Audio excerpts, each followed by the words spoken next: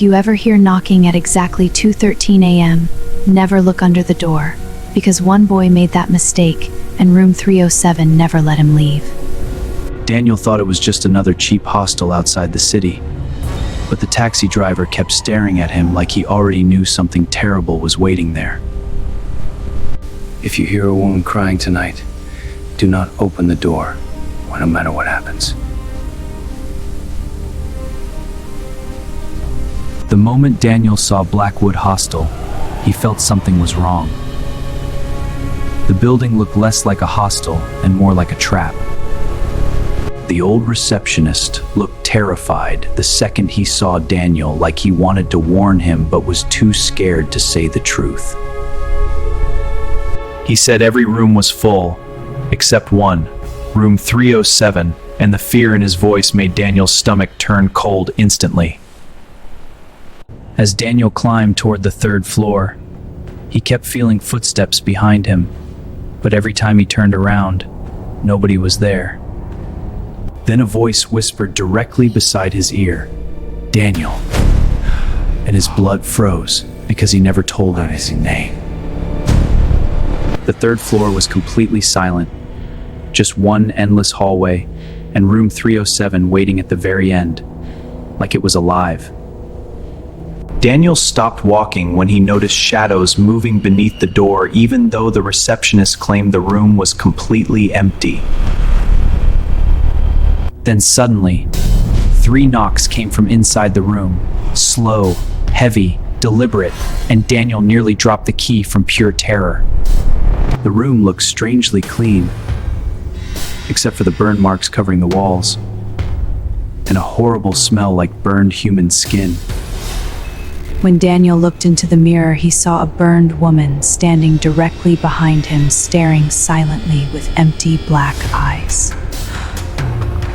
He turned around instantly, but the woman was gone and the room suddenly felt colder before impossibly cold. At exactly 2:13 a.m., Daniel woke up suddenly because something outside the door was scratching slowly and endlessly. Then a woman started crying outside the door, begging softly to be let inside, sounding terrified and completely broken. At exactly 2:13 a.m., Daniel woke up suddenly because something outside the door was scratching slowly and endlessly. Then burned fingers slowly crawled beneath the door, moving like spiders across the floor, searching for Daniel in the darkness. The lights suddenly died and room 307 disappeared into total darkness except for something breathing behind Daniel slowly. When Daniel turned around, the burned woman was standing directly in front of him, smiling wider than any human possibly could.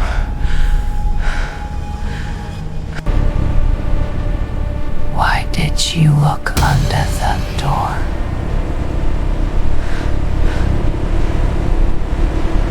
Daniel screamed and rushed toward the exit, desperate to escape room 307 before the thing behind him. Get awake! But the hallway was no longer normal.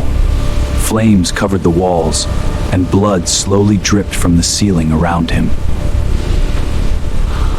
From behind every door, terrified voices screamed for help, begging Daniel not to let her inside their rooms ever again.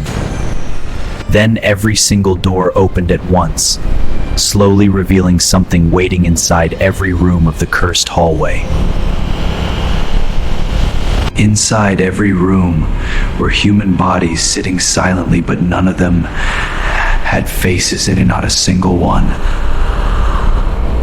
And at the end of the hallway, the burned woman appeared again, slowly walking toward Daniel without making a sound. No matter how fast Daniel ran, the hallway kept stretching longer, trapping him deeper inside the nightmare of room 307.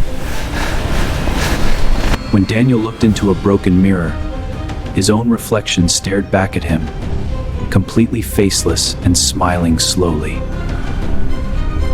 Then suddenly an old elevator opened nearby, and Daniel knew it might be his only chance to escape alive.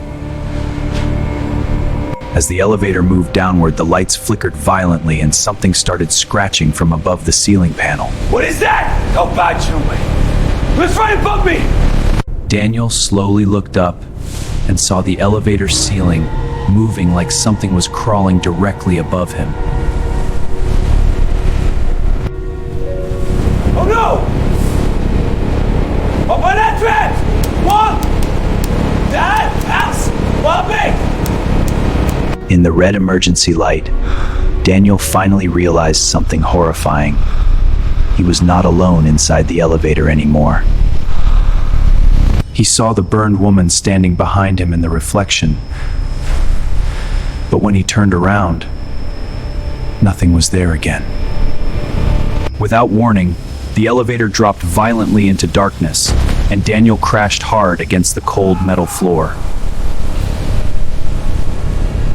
When the elevator doors finally opened, Daniel found himself somewhere impossible. A hidden underground floor beneath the hostel. The underground hallway looked abandoned for decades, filled with broken wheelchairs and strange burn marks across the walls. Daniel discovered old photographs covering the walls.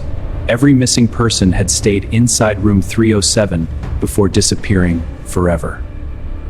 And the newest photograph made Daniel freeze instantly, because it showed him sleeping inside room 307 just hours earlier.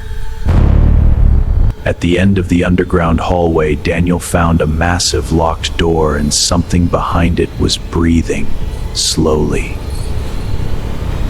Before Daniel could run, the door slowly opened on its own, revealing complete darkness waiting silently inside.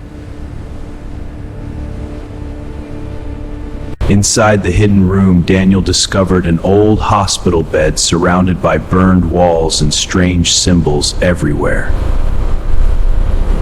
Then an old tape recorder suddenly turned on by itself, and a terrified woman's voice filled the underground room. The recording revealed something horrifying. Room 307 was never a normal hostel room. It was a feeding place. 3 years earlier, a fire trapped several guests inside the hostel, but the police never found all their bodies afterward. One woman had been locked alive inside room 307 during the fire, and nobody opened the door to save her. They said her spirit never left the hostel, and now she steals the faces of anyone who answers her knocking. Then Daniel heard slow footsteps directly behind him again, and this time they stopped right beside his ear. You should have opened the door. After Daniel's disappeared, nobody ever stays in Blackwood ground. There's no one pretending to be human. The flashlight suddenly died, and Daniel realized he was trapped underground with something no longer pretending to be human. Then glowing eyes slowly opened around him in the darkness, watching him silently from every corner of the room. Daniel ran desperately through the underground tunnels, but the screams behind him kept getting closer every second. Then he finally saw an exit door ahead, and for one brief moment, Daniel... he might survive the night. But just before reaching the exit, burned hands exploded from the darkness and dragged Daniel violently backwards, screaming. The next morning, police found Daniel's phone recording alone in room 307, still capturing his final terrified moments. In the final recording, the burned woman slowly approached the camera, smiling wider with every terrifying step she took. Room 307 needs another face tonight.